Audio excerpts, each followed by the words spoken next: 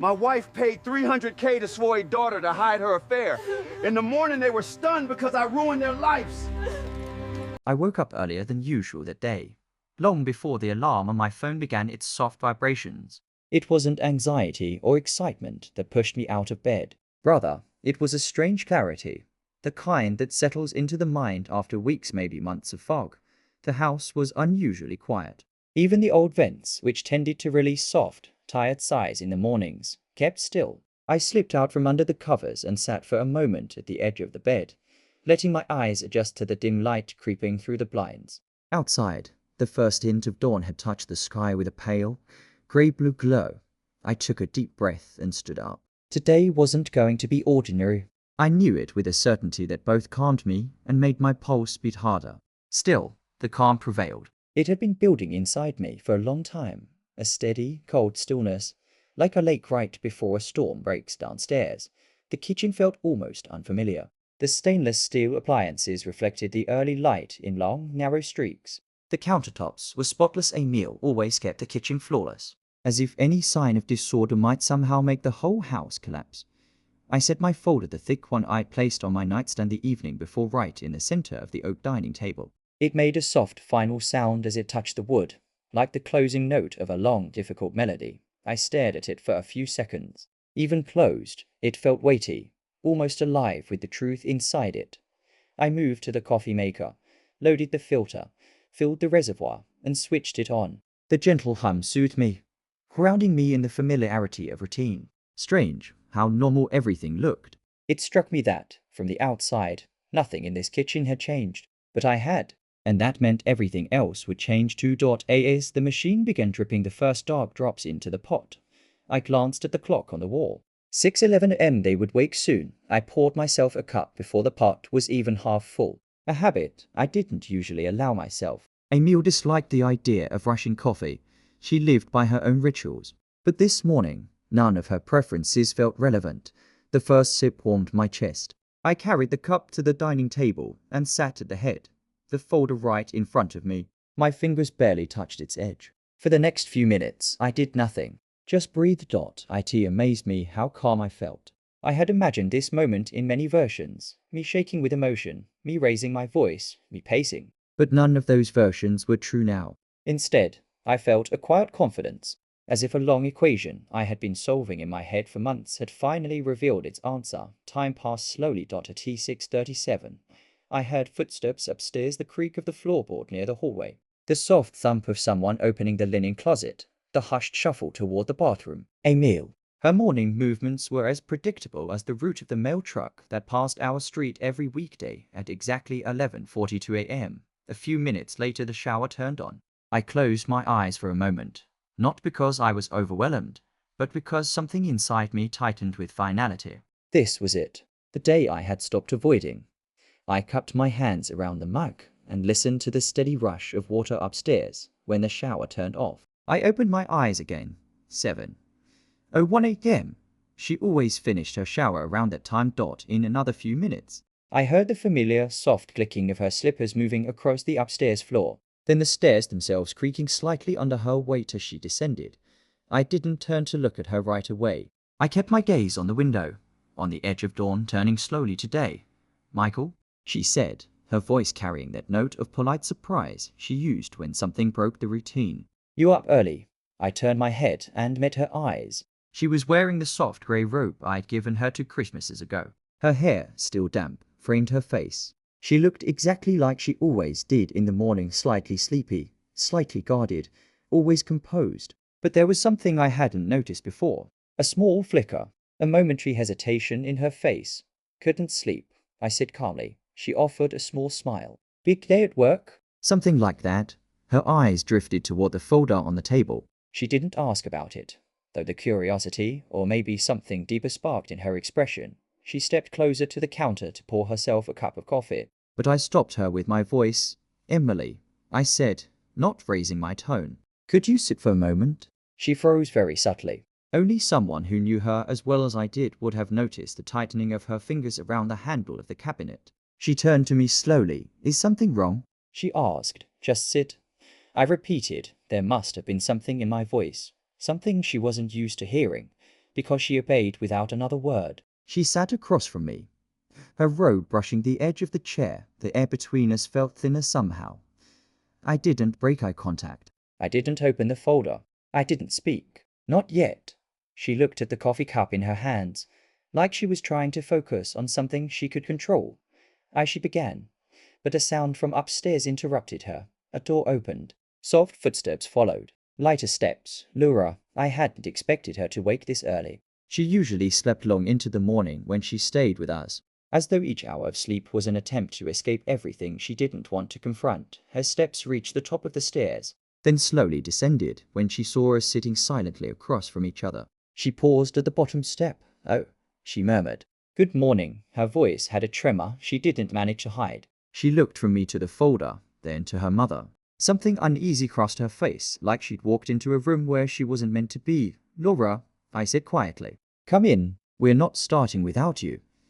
Emily's head snapped toward me. "Michael." Before she could finish, the doorbell rang, a sharp, precise chime. The kind that cut through the air so cleanly it felt almost unreal. All three of us froze. Emily blinked, confused. Who could that be at this hour? Laura went pale. I stood up calmly, my chair sliding back without a sound. I took another slow sip of coffee, then placed the mic gently on the table. My pulse was steady, my breath smooth. I reached the front door as the bell rang again. When I opened it, the morning light spilled into the hallway, and the person standing there drew a small, sharp inhale from Emily behind me. I heard her breath catch even though she tried to hide it. I stepped aside to let our guest in. "Thank you for coming," I said quietly. She entered without hesitation, her face composed but solemn, as if she had finally reached a place where the truth had to be faced. Emily stood frozen in the kitchen doorway, her lips parted in a whisper that barely carried across the room. "Sarah." Sarah Harper didn't answer her. She didn't have to. She looked directly at me, and I nodded. "It's time," I said. "All of us are here now." I walked past Emily and returned to my seat at the table, the thick folder still in the center. I didn't touch it yet. There was no need. Everyone knew it wasn't just paper. It was the story none of them were ready to tell, but one they could no longer avoid hearing. They gathered slowly around the table, Emily trembling slightly, Laura hugging her own elbows, Sarah standing with her chin lifted, composed. I waited until each pair of eyes met mine, one by one, and then, in a voice even calmer than I felt, I said, "We're going to talk today about everything." The room fell silent, complete, heavy, expectant. It was the kind of silence that belongs to moments when something irreversible is about to begin. I took a breath, steady and sure, and chapter 1 ended not with a revelation, not with a raised voice or an opened folder, but with a simple truth. I finally allowed myself to feel fully. This was the day my old life ended. And it wasn't sorrow I felt. It was relief. If anyone had asked me 6 months before that morning whether my life felt stable, I would have said yes. Not enthusiastically, not with the glow of someone who believed they were living their dream, but with the quiet certainty of a person who thought he understood the rules of his own existence. My days had a rhythm. I woke up at 6:45, showered, dressed in one of my neutral shirts and ties, ate breakfast at the kitchen island, drove the same route to the office, parked in the same spot as long as no one had taken it before me, spent 8 or 9 hours reading numbers on screens, and drove home along the same road, usually listening to the same financial podcast. There was comfort in that repetition. I wasn't the kind of man who needed surprises. I liked knowing where things stood, in my accounts, in my calendar, in my household. I thought that made me reliable. Maybe it just made me easier to deceive. On a Tuesday in early spring, I sat at my desk at work, staring at a spreadsheet that refused to reconcile. One small column of numbers was off by less than 1%, an amount no one else would have cared about. I cared. I always have.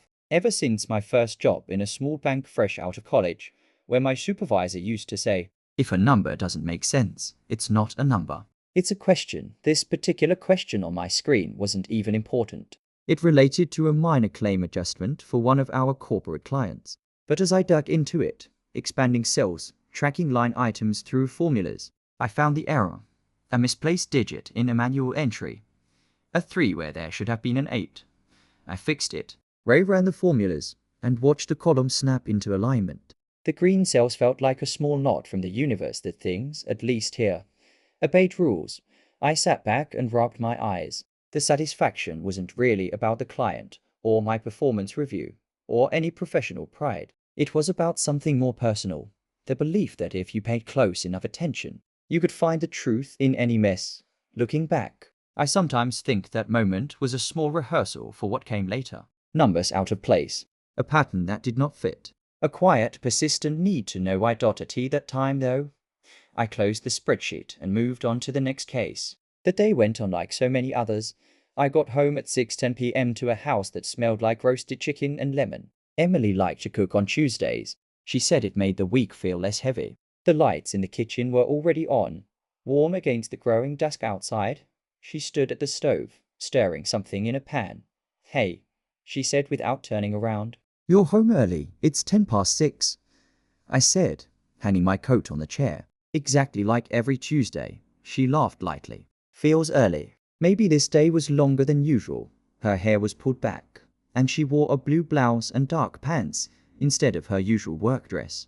There was a small smear of sauce on her wrist. I felt an almost automatic warmth at the sight. Familiar. "Domestic. Smells good," I said. "You say that every Tuesday. Every Tuesday you cook something that smells good." I stepped closer, kissed her cheek. She leaned into it for a second longer than she usually did. "Or maybe I just imagined that part." "Laura texted," she said, reaching for a towel. "She might come by this weekend. She wants to talk about her housing situation next semester." I pulled a glass from the cabinet. "Still looking for a new place?" Emily nodded. "You know how campuses are. The decent apartments go fast. The rest are basically closets with a window." "She wants something safer." She caught herself then, a tiny tightening around her eyes. "Better," she corrected. "She wants something better." I didn't think much of the correction at the time. People adjust their words all the time. It's only in hindsight that you start cataloging every hesitation like it's evidence. Later that evening, after dinner, I sat at the dining table with my laptop. I wasn't working. I was sorting through our monthly expenses. It was something I did regularly, not because I distrusted anyone, but because it helped me feel oriented. I scrolled through the online banking portal, glancing at familiar entries: mortgage, utilities, grocery store charges, gas, Emily's favorite coffee place, my own occasional takeaway lunch. Everything looked normal until I reached a transfer I didn't recognize. It wasn't huge. $15,000. Large, yes, but not mountain-sized in the context of our combined income and savings. Still, it stood out because I didn't remember authorizing it or discussing it. The description read, "Transfer to Alec Miller." Laura's last name. My first thought was entirely benign. Emily must have helped her with tuition again. Laura's scholarships covered most of it, but not all, and we'd agreed years ago that we would bridge the gap where we could. I hovered my mouse over the entry and clicked for more details. The date was from 2 days earlier. It had gone through on a Sunday evening around 10 p.m. time, but there was nothing inherently suspicious about it. The amount, though $15,000, felt larger than what Laura would need for a single semester's shortfall. I called. She was in the living room, curled up with a streaming show and a blanket. "Yeah, you have a minute." She paused the episode and walked in, the light from the television fading behind her. "What's up?" she asked, leaning on the doorway. I turned the laptop slightly so the screen faced her. "I was just going over this month's transactions. Did you help Laura with something big?" Her eyes flicked to the screen, then back to me. Her expression didn't change much, but something in her shoulders seemed to settle into a defensive stance. "Oh," she said. "Yeah, I told you about that, didn't I? For her housing and some extra stuff for school. I don't remember the amount," I said lightly. 15,000 is a bit more than usual." The pause that followed was only a second or two. At the time, I wouldn't even have called it a pause. If I hadn't been trained to notice small gaps, those tiny delays between question and answer, I might have missed it. "Well," she said, pulling out a chair but not sitting. She didn't just need it for rent. There were some fees, and she's behind on a couple of payments, and she waved a hand. "You know how it is with her. She doesn't like to ask until it's really urgent." I nodded slowly. It sounded plausible. Laura had always been proud to the point of stubbornness. "Did she tell you what the total cost of her place is?" I asked. Emily's lips parted, then closed. "She sent me a summary," she said. "Look, I can pull it up She straightened and walked back toward the living room. It was a good deal considering how close the building is to campus. I waited, watching the softly shifting light from the living room reflect on the floor. After a minute, Emily came back with her phone in her hand, scrolling. She texted me, she said. Here, see. She held the screen so I could glimpse it. There was, indeed, a message from Laura with a few numbers, monthly rent, deposit, some line about utilities. It didn't explain $15,000, at least not at a glance. She was really stressed. Emily added quickly. You know how she gets. I didn't want her to spiral because of money. We're fine. I thought we could handle it. We can handle it, I said automatically. That part was true. I would just like to be in the loop when we move that kind of money. That's all, she exhaled, some of the tension leaving her face. You're right. I should have talked to you first. It was one of those nights. She called. She was crying, and I didn't think. I just did it.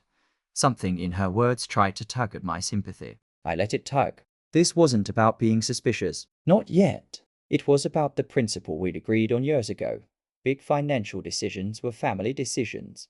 Next time, I said gently, just loop me in. Even a text. She nodded, walked over, and kissed my temple. Next time, promise. She turned to go back to the living room. Before she left the dining area, she paused. You're not mad, are you? She asked without meeting my eyes. I thought about it. No, I said. Not mad, just surprised. Oh, she smiled, but it was thin. No more surprises. I swear. The way she said it landed oddly in the air, like a joke told in the wrong room. I returned to the laptop after she was gone. My mouse hovered over the transfer again. One small discrepancy in an otherwise familiar pattern. I could have dug further right then, and they opened old records. Compared amounts, looked for repetitions. I didn't. Instead, I closed the banking portal and chose to believe that the explanation I'd been given was enough. I sometimes wonder how different things would look now if I had not. Over the next few weeks, the house moved through its usual cycles. Workdays, chores, quiet dinners, background shows in the evening. Saturdays at the grocery store, Sundays planning meals and schedules. On the surface, nothing had changed. And yet, I started to notice small things that didn't fit quite right. Emily had always guarded her phone, but in a normal way. It was an extension of her hand like it was for everyone else. Lately, though, she seemed attached to it in a way that smelled of urgency rather than habit. If she left it on the counter and it lit up, she would cross the room a little faster than necessary to pick it up. Not dramatically, just enough that my mind registered the speed. She also started taking calls in another room. Not always. She still chatted with friends in the kitchen while stirring sauce or chopping onions, but now and then she'd glance at the caller ID. Say, I'll take this in the den, and walk out with her voice lowered. At first, I told myself it was work. Her job as a marketing manager involved long discussions with people who liked to talk in circles. She had complained often enough about how exhausting it was. One Friday, I came home earlier than usual. A meeting had been cancelled, and my boss had waved a hand and said, Go enjoy the extra time. I doubted he meant, go examine your life. But that was apparently what I chose to do. The house was quiet. Emily's car was in the driveway. I entered, dropped my keys in the bowl by the door, and heard her voice from upstairs. She was on the phone, the words too muffled to make out clearly. I didn't go out of my way to listen. I just stood there for a moment, taking of my shoes. Her tone was soft, not the professional one she used when negotiating campaign budgets. After a few seconds, I moved into the kitchen, opened the fridge, and pulled out a bottle of water.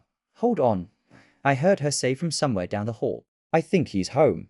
Her footsteps approached the stairs. I had time to close the fridge and lean casually on the counter before she came into view. When she saw me, a flicker crossed her face. Surprise. Something else. You're home early, she said, pressing the phone against her chest. Meeting got cancelled, I replied. Is everything okay? Yeah, she said quickly. Work thing. I'll be right down, okay? Of course. She disappeared again. The door to the bedroom closed with a soft click. I twisted the cap of the water bottle and took a sip. My mind started its quiet hum again, that same analytic rhythm that had helped me find hidden mistakes at work for years. It's not that she was doing anything obviously wrong. People step into other rooms for calls all the time. But combined with the late evening transfer, the evasive explanations, the new habits, It felt like watching a painting you'd seen 100 times and realizing one of the colors had changed. When Emily came downstairs a few minutes later, she was all brightness again. "Sorry," she said, heading for the pantry. "We're rolling out a new campaign, and everyone's stressed." "It's fine," I said, watching her. "Everything under control?" She laughed without humor. "When is anything ever under control?" It was meant as a joke, but it didn't sound like one. She avoided my eyes as she reached for a box of pasta. That weekend, Laura came by. She brought a duffel bag, a backpack, and a sort of restless energy that made her seem taller than she was. She hugged Emily first, then turned to me and smiled. "Hey, Michael," she said. "Long time." I hugged her back. "Good to see you. How's school?" "Busy," she replied, dropping her bag by the stairs. Always busy, as the day went on. I watched her the way I always did, with a mixture of affection and a small, familiar distance. She wasn't my daughter by blood. I'd met her when she was 12, quiet and wary behind a curtain of hair, still adjusting to the idea that her mother could build a new life with someone who wasn't her father. We'd never been exactly close, but we'd found a steady middle, respectful, mildly affectionate, occasionally humorous. Now, though, she seemed distracted. Her phone never left her hand for long. If Emily entered the room while she was typing, Laura would tilt the screen away, then catch herself and pretend she'd only been checking the time in the evening, after dinner. Emily suggested that I go to the living room and put on a show while she and Laura cleaned up. "We'll handle it," she said. "You worked all week." I tried to protest, but she insisted, and I gave in. I sat on the couch, but I muted the television. The low murmur of their voices in the kitchen drifted through the house. "MOM? You didn't have to send that much," Laura said at one point. Her voice hushed but still audible. "I told you." "Don't worry about it," Emily replied. "It's taken care of. But what about Laura? Please." "We talked about this." Silence. Then the soft clink of dishes. I stared at the black screen of the TV, my reflection faint on its surface. I could have gotten up right then and asked what they were talking about. Instead, I sat still, as if any sudden movement would cause something fragile to shatter. Later that night, when Laura had gone upstairs and Emily was in the bathroom getting ready for bed, I opened my laptop again. The house was calm, lights dimmed, the sort of quiet that usually lulled me into sleep. I logged into the bank account and scrolled back a few months this time. Not just the current month, but the previous ones. My eyes moved row by row, the way they did at work. Mortgage, groceries, car payment, usual charges. Then another transfer, $10,000 to Alec Miller, dated 3 months earlier. I clicked it. The timestamp was again late in the evening. Another Sunday. My chest tightened. I scrolled further back and found a smaller one, 5,000, near the start of the year. All to the same account. All late, quiet, unmentioned. In total, 30,000. In a purely financial sense, it was manageable. We had savings, investments, retirement accounts. This cluster of transfers would not ruin us. But it wasn't the money that bothered me. It was the pattern, the secrecy, the fact that I had not been part of the conversation.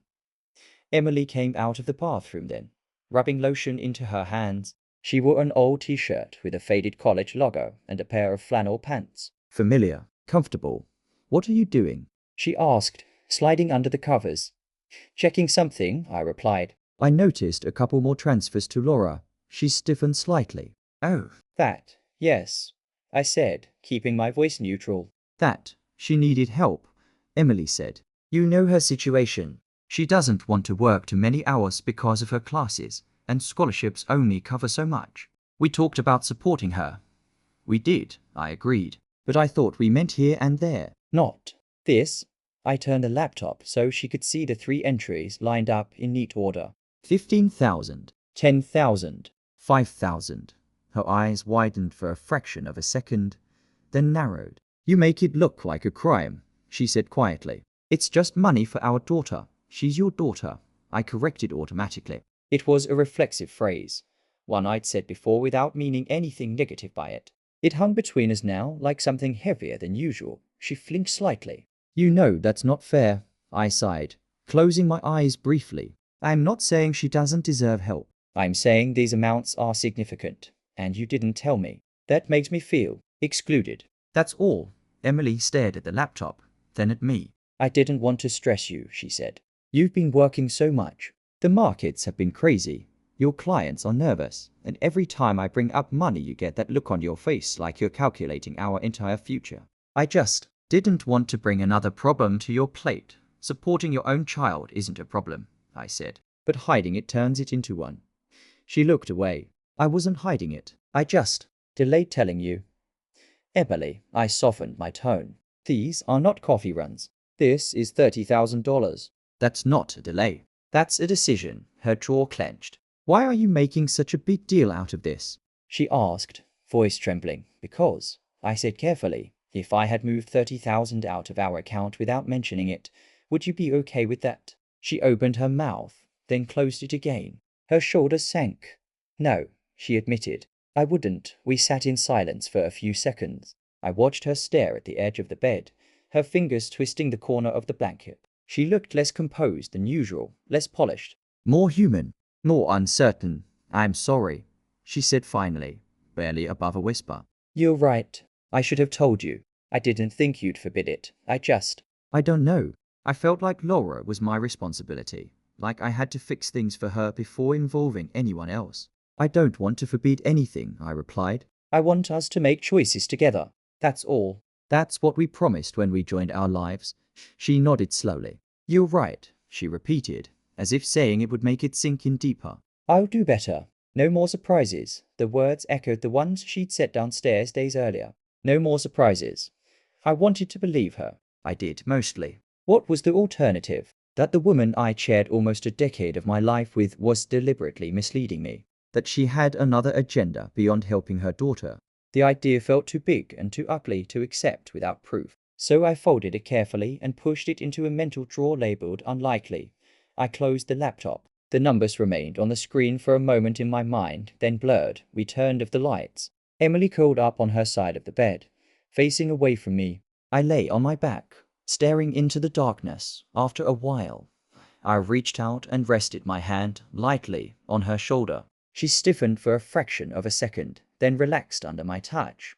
I'm not against you, I said quietly. You know that, right? She was silent for a moment. Then she nodded, just once.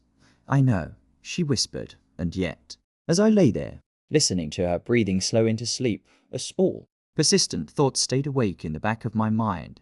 If we were truly on the same side, why did I feel like I'd only been shown half the picture? It was a small discrepancy. Just a few unshared decisions, a pattern not yet fully visible. If it had been a spreadsheet at work, I would have kept digging until I understood every line dotted home. In my marriage, I told myself that love required more trust than audit.so. For a while longer, I chose not to look too closely. The numbers, however, were already there, waiting. If someone had told me that one click, one careless tap of a mouse would change the direction of my life, I would have laughed. I trusted small routines. Trusted that what I didn't see was more or less what I assumed it to be. Trusted that the numbers in my life would always line up the way they usually did in my spreadsheets. But one Saturday morning, when I had no particular plans beyond mowing the lawn and catching up on emails, that trust cracked. It began with something simple. I woke early, showered, dressed in an old t-shirt and jeans, and made myself a cup of coffee. Emily was still asleep upstairs. She liked to take her time on weekends. I settled at the kitchen table with my laptop, intending only to glance through our bank activity. I told myself it was to stay organized, but the truth was that something inside me still felt unsettled after the conversation about Laura.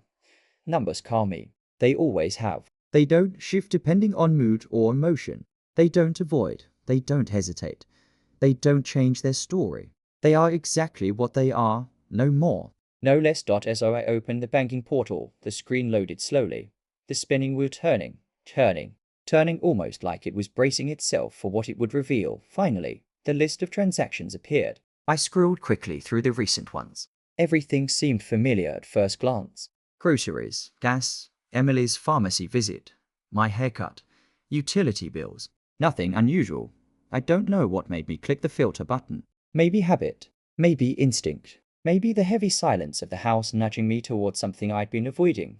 I chose View last 12 months. The page refreshed. New numbers appeared. Old ones resurfaced. Patterns stretched longer than I'd seen in a while. And then I saw it.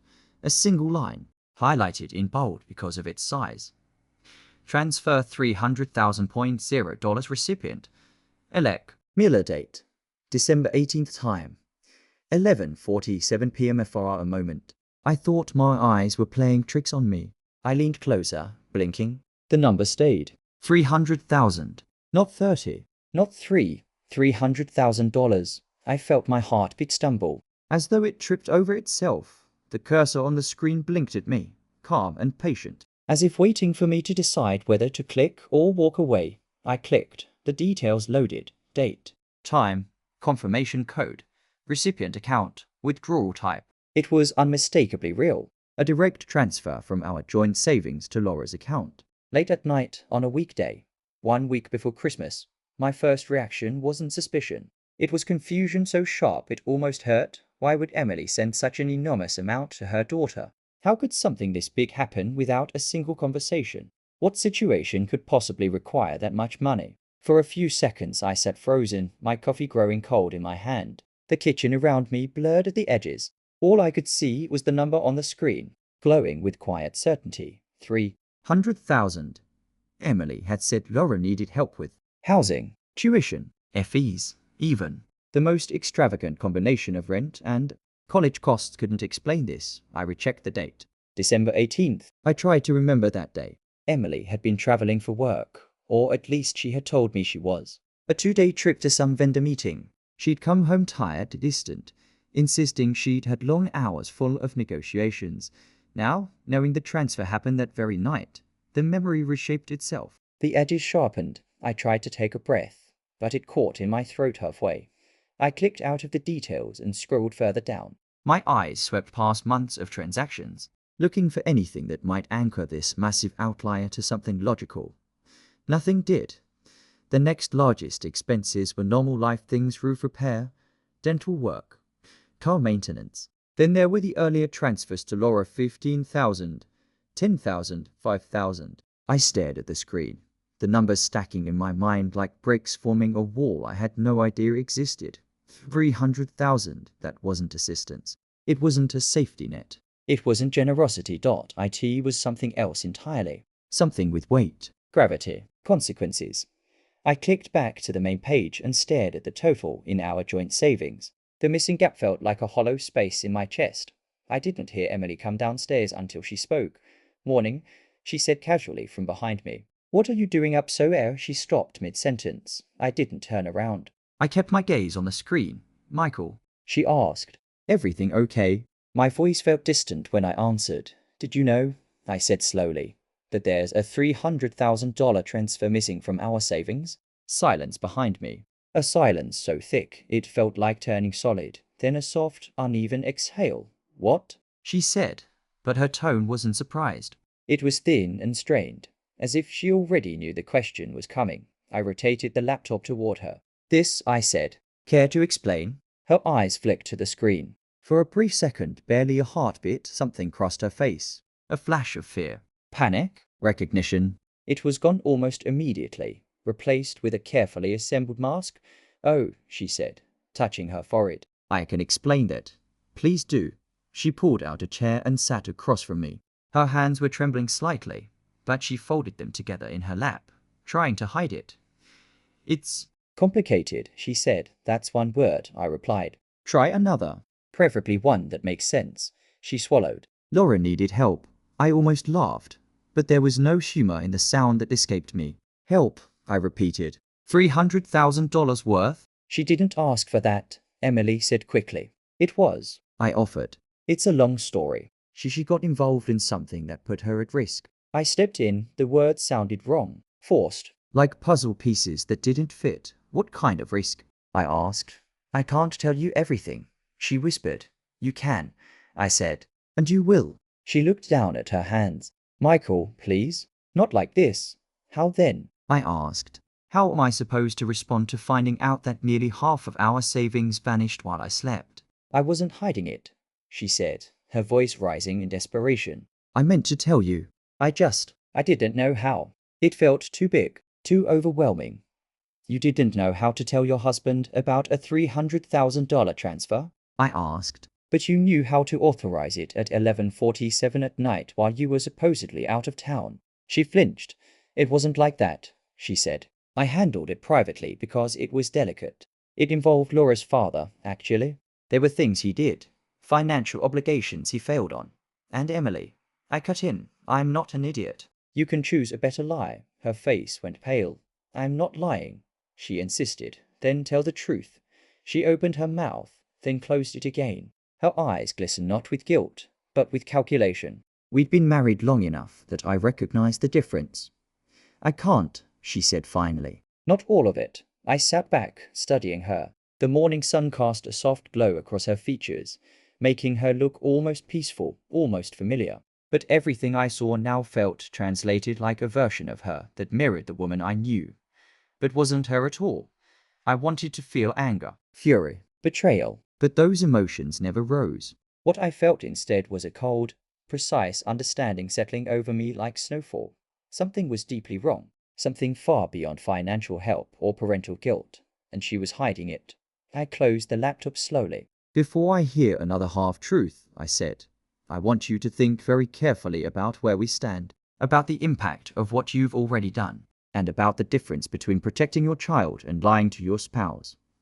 I leaned forward, lowering my voice. $300,000 does not go missing by accident. It doesn't slip through the cracks. It's a decision, a deliberate one, which means I deserve a deliberate explanation. Emily wiped her eyes, nodding shakily. You're right, she murmured. You're right, but she didn't offer one. Not that day. Not in that moment. Instead, she stood, walked slowly to the kitchen counter, and braced both hands on the granite as though steadying herself against a wave. I'll tell you everything, she whispered. I just need time. You've had time, I said. Months, apparently. I know, she said. I know. Her shoulders rose and fell with a trembling breath. Please, Michael, just give me a little longer. I'm not ready yet. I stared at her, at the woman I thought I knew. The woman whose routines I believed in. The woman who was now keeping secrets with a price tag larger than the mortgage on our home. Fine, I said finally. But soon, she nodded. Relief and dread poured across her face. I went upstairs, leaving her standing alone in the kitchen. Door closed behind me. The quiet hallway felt colder than usual, the earth in a dot in our bedroom. I sat on the edge of the bed and pressed my palms to my eyes. 300,000. There was no version of reality where that number meant anything innocent. That morning, I didn't know the truth. Not yet. I didn't know what the money had bought, what silence it had purchased, what shadow it had kept from my eyes. But I knew this much. Whatever Emily was hiding, it was big. Bigger than I'd ever imagined when I'd first noticed that small, harmless $15,000 transfer. And as I sat there, feeling the weight of that massive, echoing number, I realized something else, something quieter, but just as heavy. My marriage was no longer a place of certainty. It had become a maze, and I was only at the first corner.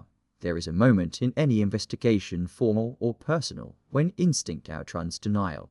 A point where the mind stops trying to explain anomalies and instead begins cataloging them, arranging them, drawing quiet lines between them until a pattern emerges. For weeks after discovering the $300,000 transfer, I lived in that moment, hovering, oscillating between disbelief and reluctant clarity. Emily didn't give me the explanation I demanded. Not the next day, or the day after that, or the week after. She offered fragments, soft reassurances, vague promises of a forthcoming conversation. Each one felt like a small stone placed carefully on top of something she didn't want me digging into. But she knew me well enough to realize that silence would not stop me. Maybe she counted on our history, our routines to slow me down. Maybe she believed that if she kept the surface calm, I would leave the depths alone, but she forgot who I am. I find patterns. It's what I do. I notice inconsistencies. I chase numbers until they make sense. One evening, 2 weeks after our confrontation, I sat at my office desk long after everyone else had left. The fluorescent lights overhead hummed, casting a pale glow across the cubicles. It was close to PM, the kind of hour where the world outside feels far away, almost unreal. I opened my personal laptop and pulled up the bank records again. I scrutinized every detail of the large transfer, the time, the location, the approval device. It had been authorized from Emily's phone. That was expected. She rarely used her computer except for work. I noticed she'd done the transfer from a hotel Wi-Fi network. A hotel in Chicago, not the city where her supposed vendor meeting had been scheduled. My pulse tightened. I opened a map. The hotel was far from the place she had claimed to visit. Odd, but plausible if she'd changed plans for logistical reasons. Then I examined the other transfers, the smaller ones. Most were from home or work. But one was from a residential neighborhood 20 minutes away, on a street I didn't recognize. The pattern nagged at me. Why would Emily be in that neighborhood late at night? She didn't have friends there. She didn't have work there. I copied the address and pasted it into the search bar. It pulled up a house listing from years ago and linked to it, a public database of business registrations. There it was. A name. A company. A small home remodeling business registered to a man named Jason Harper. The name hit me strangely, not like recognition, but like the JVU hovering just out of reach. I sat still for a moment, letting the name settle, trying to remember where I'd heard it before. Jason Harper. Jason. I closed my eyes. The image floated up from some old memory. A neighborhood barbecue 2 summers ago. Someone standing by the grill, laughing too loudly at a joke Emily told. A broad-shouldered man with sandy hair and a casual charm, holding a beer bottle as if it were part of his hand. Emily had introduced him briefly. This is Jason, she'd said. He helped my coworker with a kitchen renovation, just a friendly acquaintance in the neighborhood. Nothing notable. At least, at the time, my fingers hovered above the keyboard. My stomach felt oddly hollow, but I wasn't done. Not even close. I opened the phone records. A list of calls from our shared account. I filtered by Emily's number. Months of activity filled the screen, mostly work calls, family calls, routine chatter. But there, scattered among them, was a recurring number, a number that appeared late at night. A number marked as outgoing, incoming, occasionally missed. A number that matched exactly the one listed on the business registration for Harper Home Renovation. My breath left me in a slow, controlled exhale. It wasn't proof of anything, yet not by itself. People called contractors for many reasons, but Emily's calls were often after PM, often on weekends, often while she had been working late or meeting a colleague. I clicked into the details of one call. It had lasted 42 minutes, placed during a time period when she'd been on a girls' night with coworkers. My scalp prickled. I opened another. 17 minutes, 11:23 p.m. Another 9 minutes, AM on a weekday. I sat back and let the numbers wash over me. Patterns formed quietly. Gently, even, like water filling a container. I checked the dates again. The $300,000 transfer had been made 4 days after a series of calls between Emily and that number, calls lasting 2 hours in total. And no normal explanation fit anymore. No innocent scenario held up. Someone had my wife's late night attention. Someone had her time. Someone had her secrecy. And someone had enough power over her that she transferred $300,000 days after speaking with him. But I wanted more than patterns. I wanted certainty. I needed it. My colleague, Aaron, was still in the building. I saw his office lights on through the frosted glass. Aaron was a numbers guy like me, older, quieter, meticulous. He'd spent 20 years in financial risk assessment. If there was anyone I could trust to look at something objectively, without judgment, it was him. I walked to his door, my laptop tucked under my arm. He looked up over his glasses. "You're here late. Could say the same about you." He smirked. "Numbers don't sleep. Neither do questions," I said. He leaned back in his chair. "Something wrong?" I hesitated for a fraction of a second, then closed the door behind me. "I need your help." "Off the record." He raised an eyebrow. "Personal or professional?" "Personal." He nodded once slowly, seriously. "All right. What do you have?" I opened the laptop and showed him the records. "The transfers first, then the timestamps, then the number." I didn't tell him whose name it was. I didn't have to. He would piece that part together only if I wanted him to. He stared at the screen for a long moment. "Interesting," he said. "Concerning." I corrected. "Both," he admitted. He tapped his fingers against his desk. "The pattern is consistent. Frequent calls, irregular hours." Large transfer tied closely to communication spikes. He looked up at me. "You know what this looks like, right?" "I want your interpretation, not my fears." He studied the screen again, then shut the lid gently. "I think," he said carefully, "this man, whoever he is, matters to your wife in ways she hasn't told you. And I think you're dealing with something more than financial secrecy." I felt the floor tilt slightly, though I forced myself to remain steady. "Do you think I'm overreacting?" "No," he said firmly. "Numbers don't lie."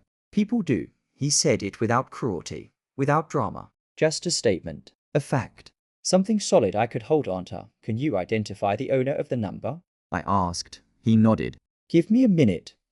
He typed for a few seconds on his desktop, running the number through a series of databases our company used during fraud investigations. He turned the monitor slightly so I could see .name. Jason Harper address. Same as the one I'd searched. Business. Home renovation firm. Marital status. Married to Sarah Harper. One child. It felt like getting hit in the chest with a silent, heavy force. Married. With a child. And still tied closely enough to my wife that she called him dozens of times in the past year. Aaron looked at me carefully. Do you know him? I've met him, I said, my voice quieter than I intended. Once or twice.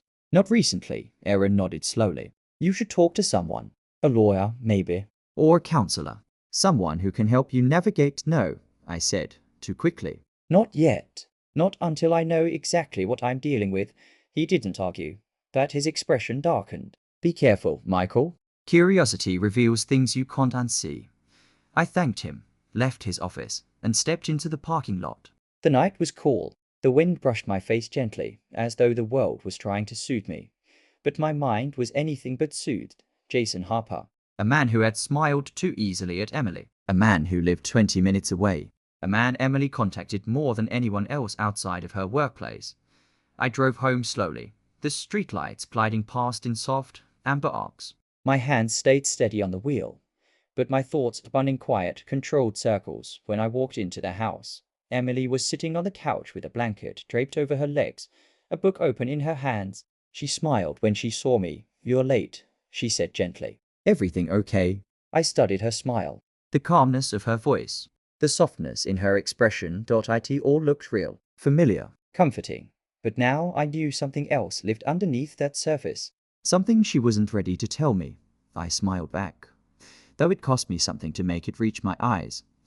Yeah, I said. Everything's fine. She closed her book and patted the cushion beside her. Come sit with me. I made tea.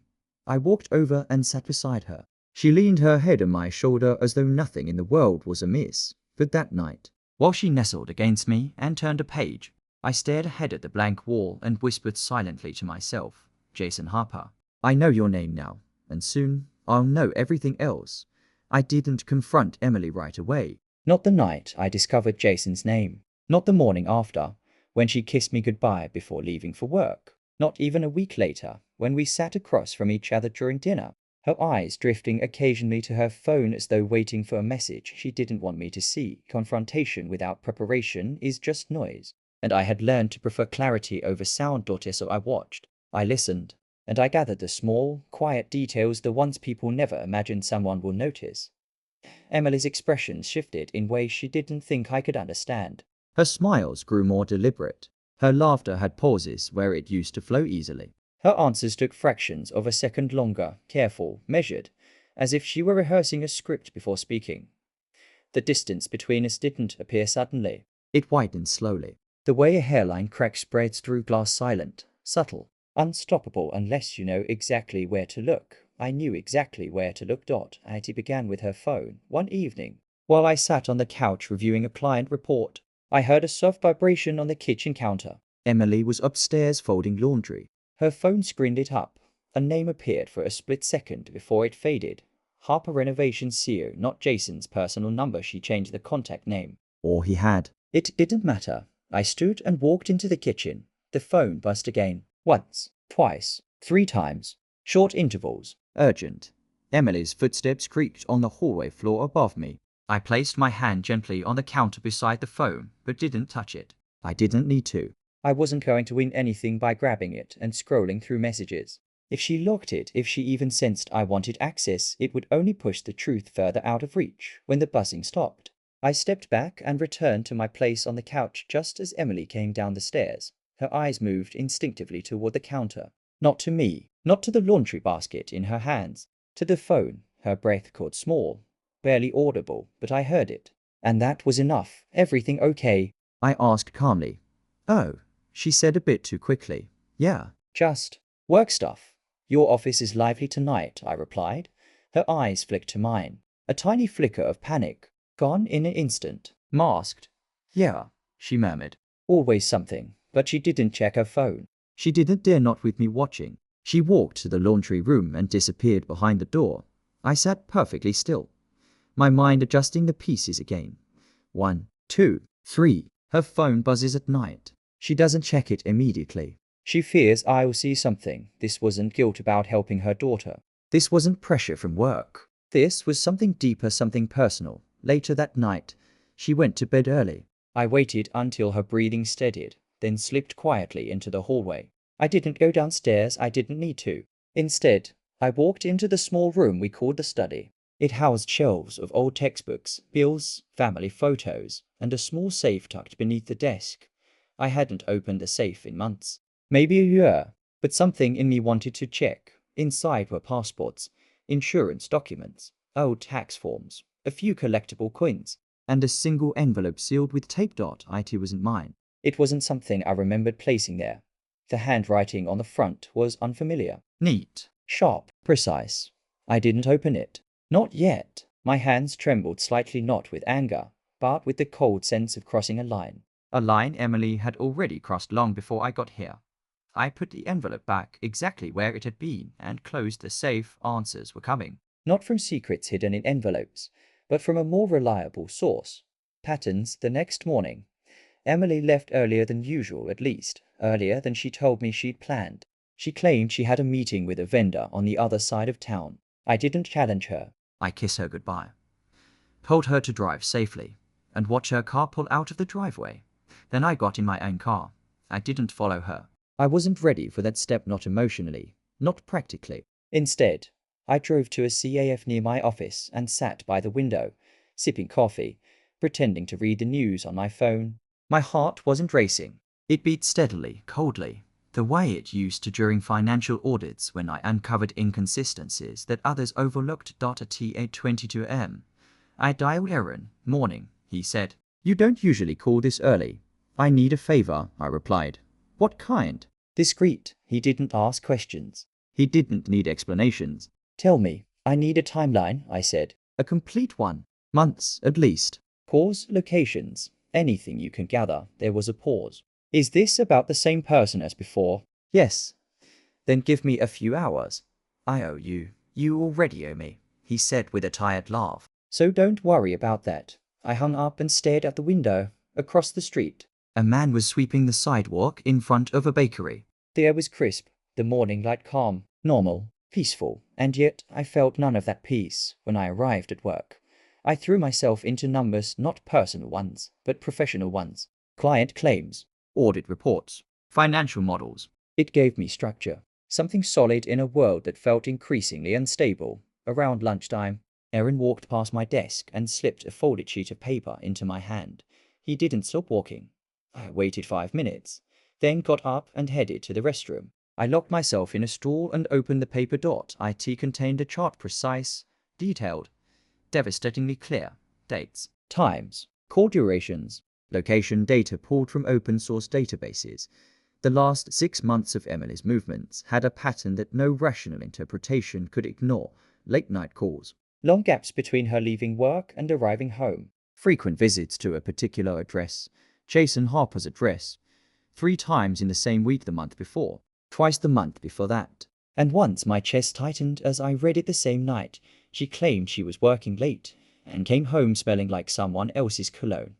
My vision blurred for a moment, whether from emotion or simply the shock of confirmation. I wasn't sure. I steadied my breath. The numbers didn't lie. People do. When I returned home that evening, Emily was already there, cooking dinner. The smell of baked salmon filled the kitchen. She turned and smiled at me, too wide, too bright. Hey, she said. You're home early. Traffic was light, I replied. She pulled plates from the cabinet. I was thinking we could watch something tonight. Maybe that documentary you mentioned. I studied her. She looked tired, but almost hopeful, as though she sensed the distance growing and was trying to pull anything back together. Sure, I said softly. Her smile faltered at the edges. As if she hadn't expected me to agree so easily, we ate quietly. She asked about my day. I answered in brief. I asked about her meeting. She gave vague details about some mix-up with product samples. The words felt rehearsed. After dinner, we sat on the couch with the documentary playing quietly. Emily curled up against me, resting her head on my shoulder. My arm went around her automatically for a moment. Just a moment. I felt the ghost of our old life. Routine, warmth, familiarity. But the illusion shattered as soon as her phone buzzed. She stiffened. Her breathing paused. Her fingers clutched the fabric of my sleeve. 1 second. 2. 3. Then she slowly reached for her phone and flipped it over. A name flashed across the screen. Office. She had changed the name again, without opening the message. She locked the screen and placed the phone face down on the couch cushion. It can wait, she whispered, but the tremor in her voice betrayed her. Later that night, when she fell asleep, I sat at the edge of the bed and watched the shadows dance across the ceiling. My mind replayed Erin's chart in meticulous detail. The dates, the addresses, the call logs, the overlapping timelines. Emily wasn't just hiding something. She wasn't just lying. She was involved deeply, consistently, and emotionally with another man. I didn't know the full details. Not yet. Not the nature of the relationship. Not the reason behind the money. Not the role of his wife, if she even knew. Not why Emily felt trapped enough to quietly move $300,000 in the dead of night. But the truth had stepped out of the shadows, and its shape looked like betrayal. The next morning, I woke with a new kind of clarity. A stillness. A sense of direction. I didn't feel frantic or vengeful. Just focused. Sharp. Emily made coffee in the kitchen. I heard the machine humming softly. She hummed to a habit she had whenever she felt anxious and tried to mask it with cheer. I came downstairs and greeted her with a calm smile. Morning, I said. She turned, surprised by my tone. Good morning. I poured myself a cup. She hesitated, then spoke carefully. Michael, are we okay? It wasn't a question people ask when everything is fine. It was the question of someone who felt the ground shifting beneath her feet. I looked at her, really looked. Her tired eyes, her guarded posture, her fear of the truth I hadn't spoken yet. Yes, I said slowly. We're okay. Her shoulders relaxed slightly.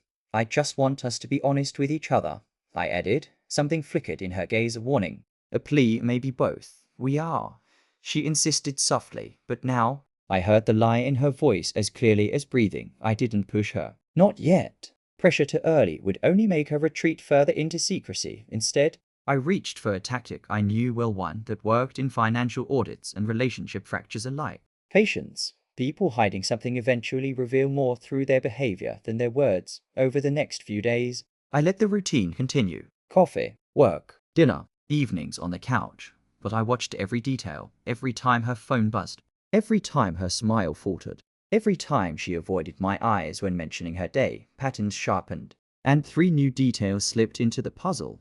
1. Emily started leaving the house earlier than usual.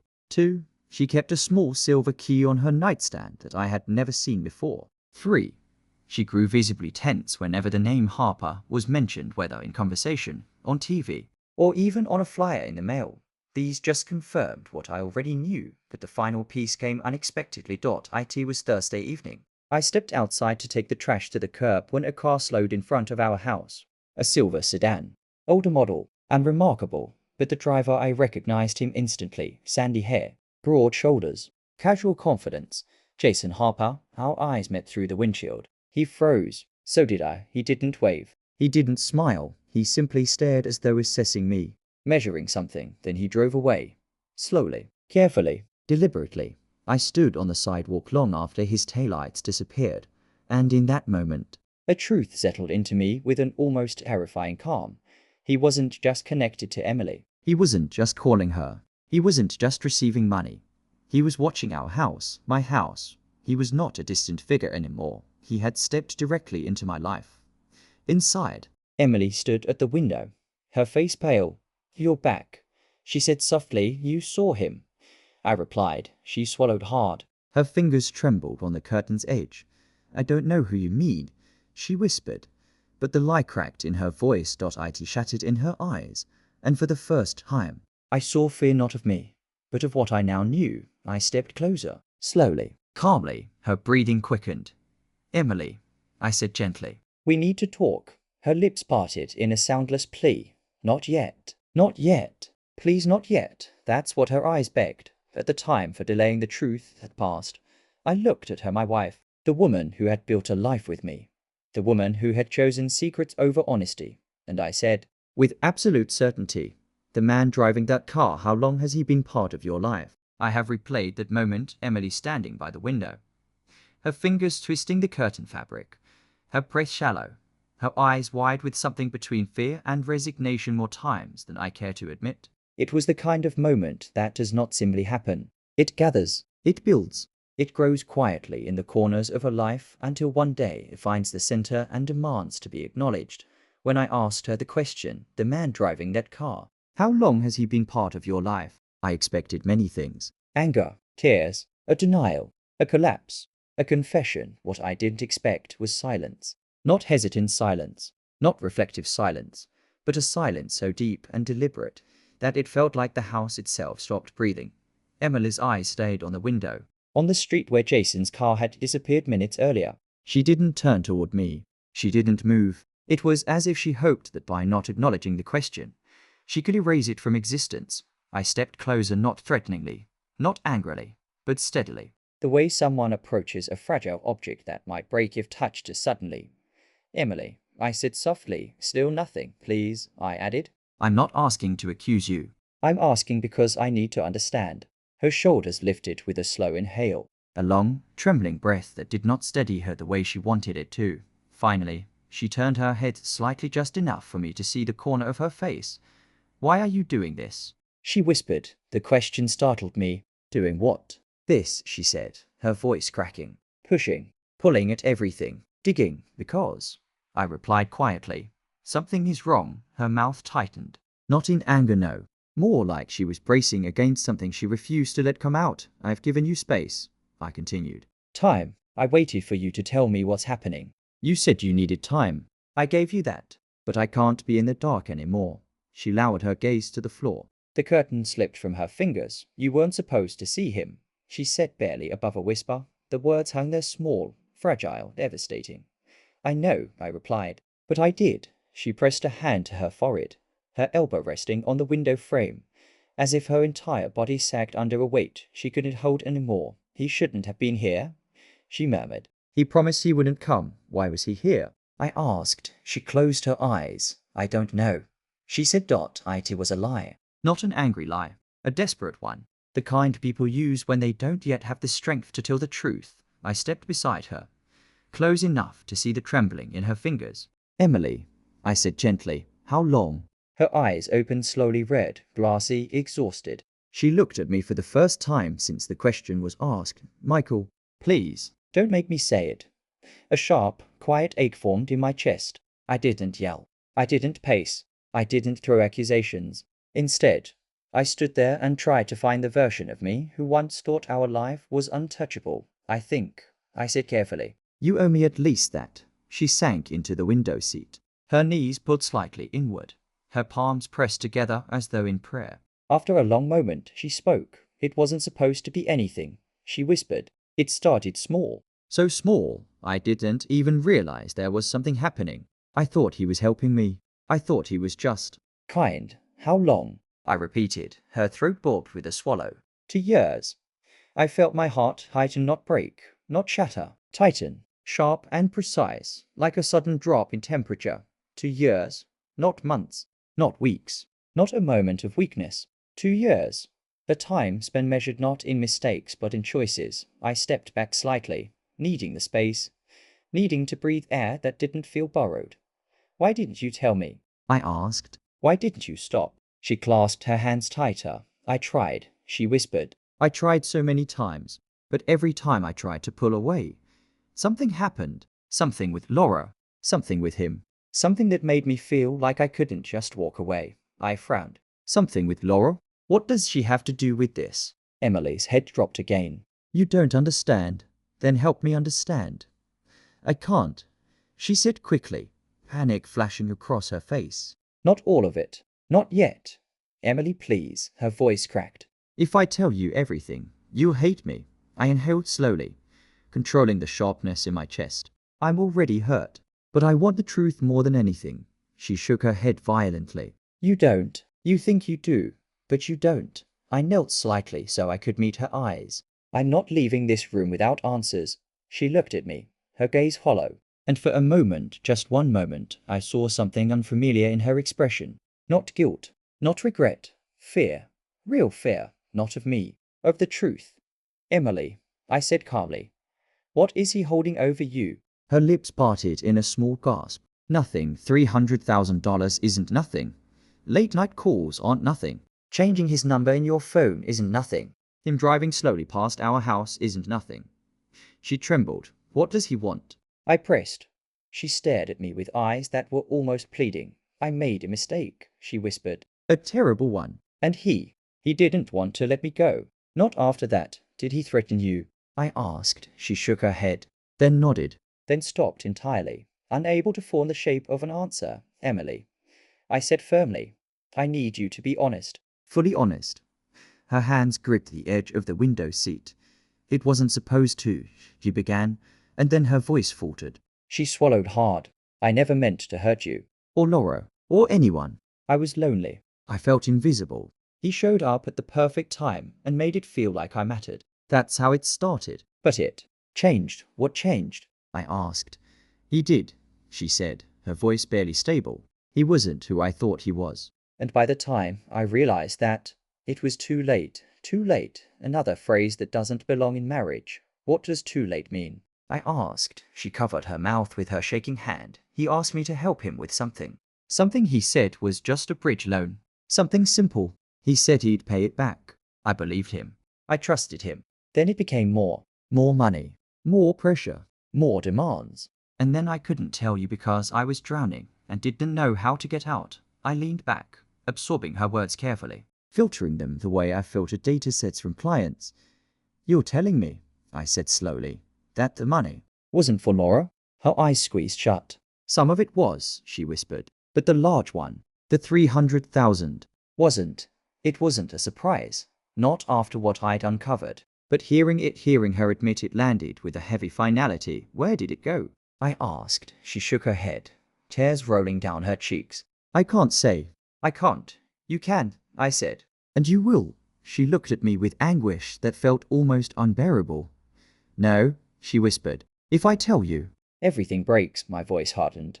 Everything is already breaking. She shut her eyes, tears slipping out silently. I had one more question. The one she dreaded most.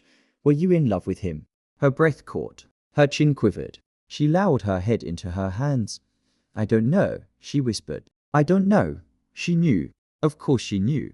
But she couldn't say it because the moment she said it, the life we'd built would collapse entirely. Words have that power. The silence that followed was long and heavy. I let it sit between us, thick and suffocating, until neither of us could pretend things were anything close to salvageable.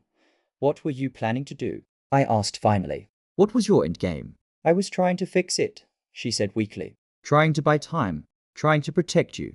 Protect us. Protect us from what? I pressed. From him, she whispered. I froze. From Jason? I asked. She nodded slowly. He didn't take the money, she added quietly. I gave it. I gave it because he said he needed it for something urgent, something serious. But it wasn't enough. It was never enough. Never enough for what? For him to walk away, she whispered, her voice cracking. To finally leave us alone. A chill moved down my spine. So that's what this is. He's not just someone you were involved with. He's someone who has leverage. Emily sobbed quietly. He wouldn't let go, she whispered. And every time I tried to end things, he found a way back in. He threatened to tell you? Threatened to tell Laura. Threatened to ruin everything. I thought if I paid him, he'd disappear. But he didn't. The words sat in the air, colder than anything she had said before. Jason wasn't just someone she had met. He wasn't just someone she had trusted. He had power, control, some form of hold over her.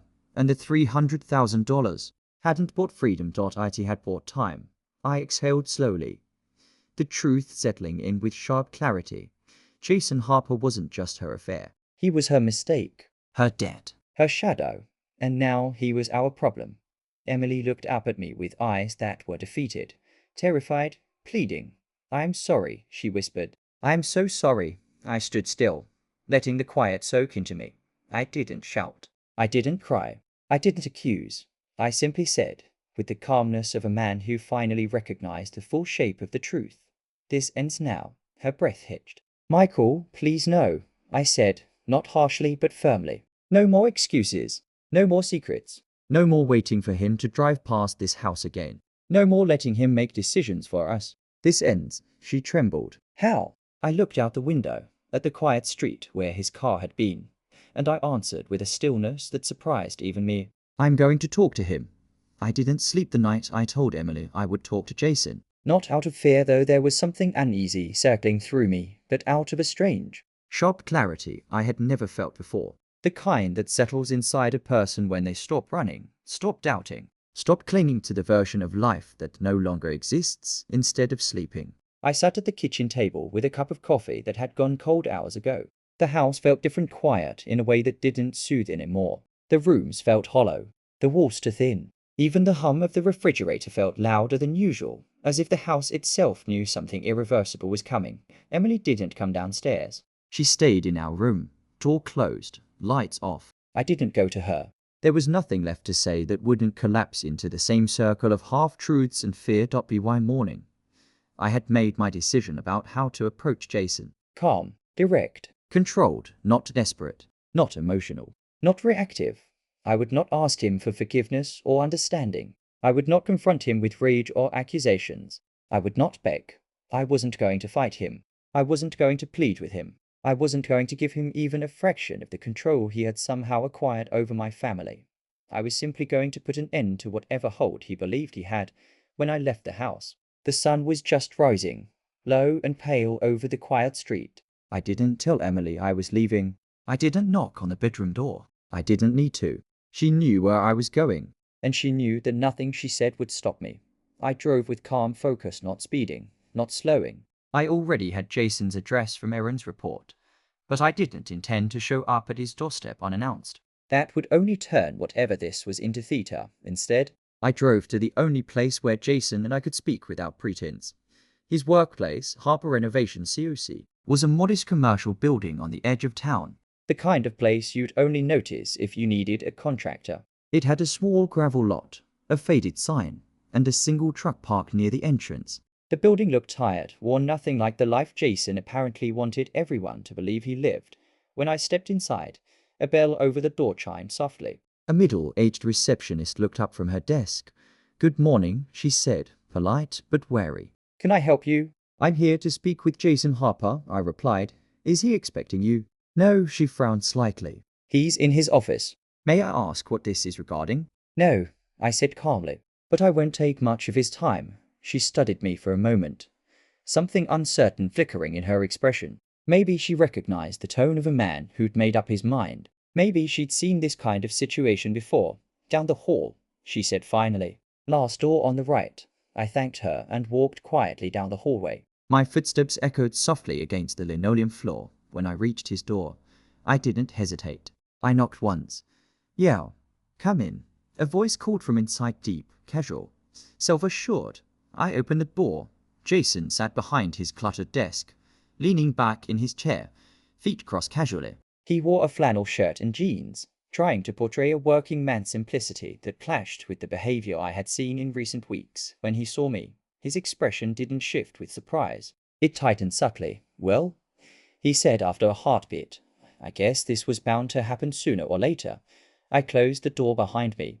He gestured toward the chair opposite him. "Have a seat." "No," I said.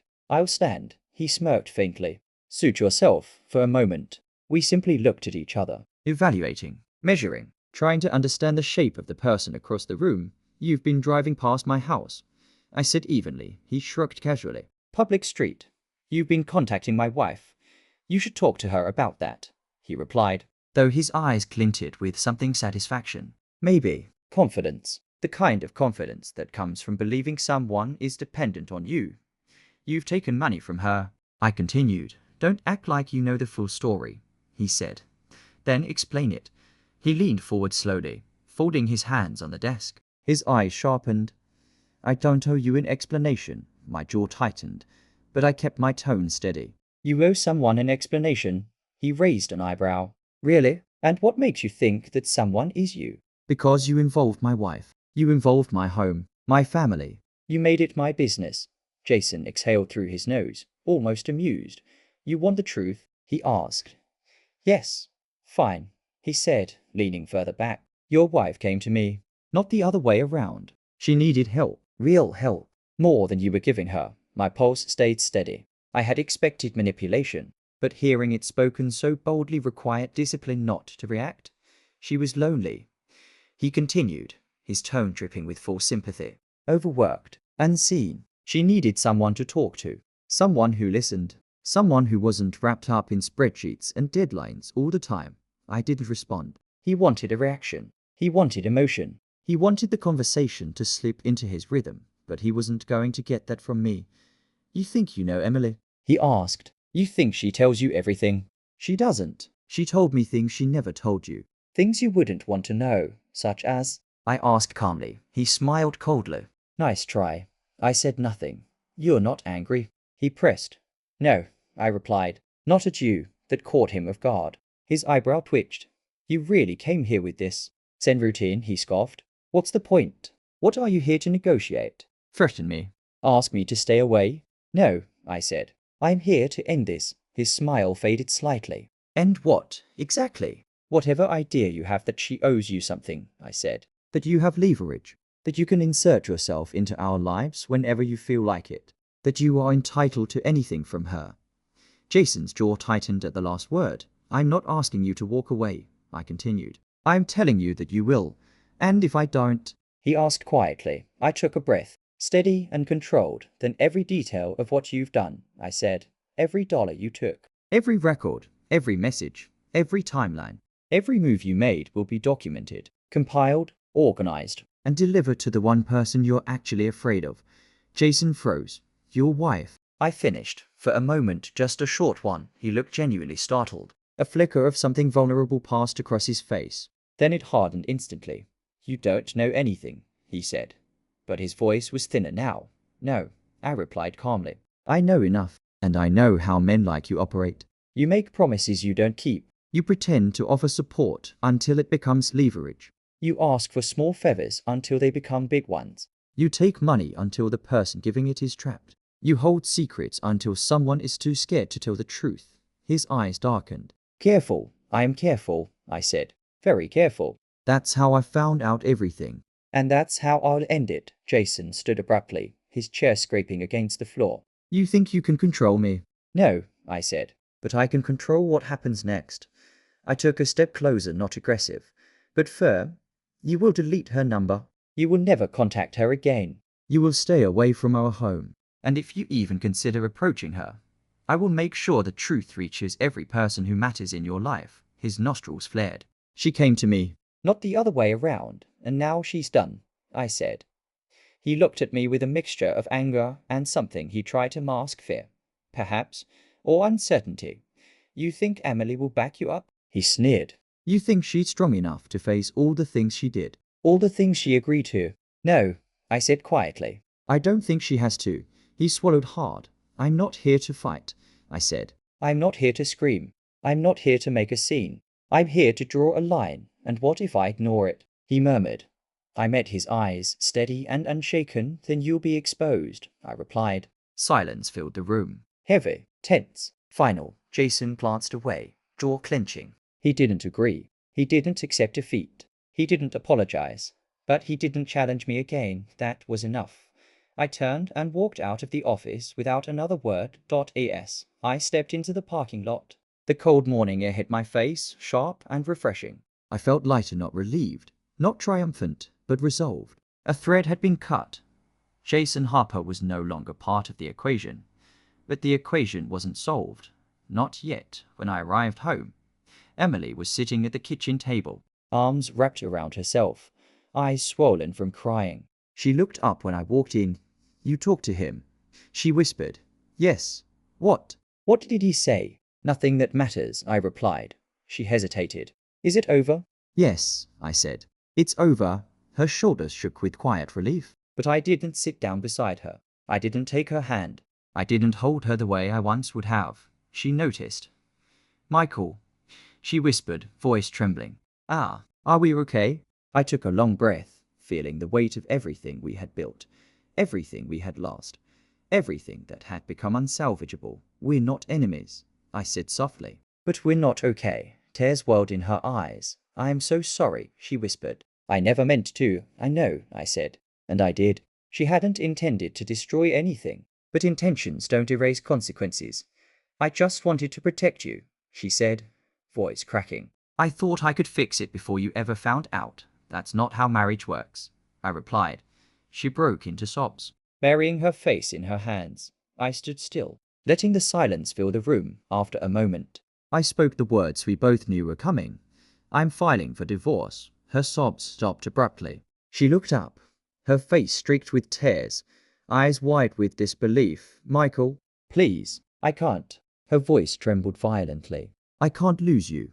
I can't lose everything. I'll do anything, just don't leave. It's already gone, I said gently. You know it is. She reached for me, not physically, but with her eyes, with her trembling breath, with the devastation pouring out of her. I'm sorry, she whispered. I am so sorry. I know, I said again. But sometimes sorry comes too late. The truth settled between us. Heavy. Final. Unyielding. I walked upstairs, Packed a small bag, and left the house without looking back. As I drove away, I felt neither anger nor relief. Just a strange, quiet sadness that we had reached a point where ending things felt like the only honest choice left. My life wasn't ruined. her life wasn't destroyed. But the illusion of what we had was gone, and sometimes losing the illusion hurts more than losing the reality.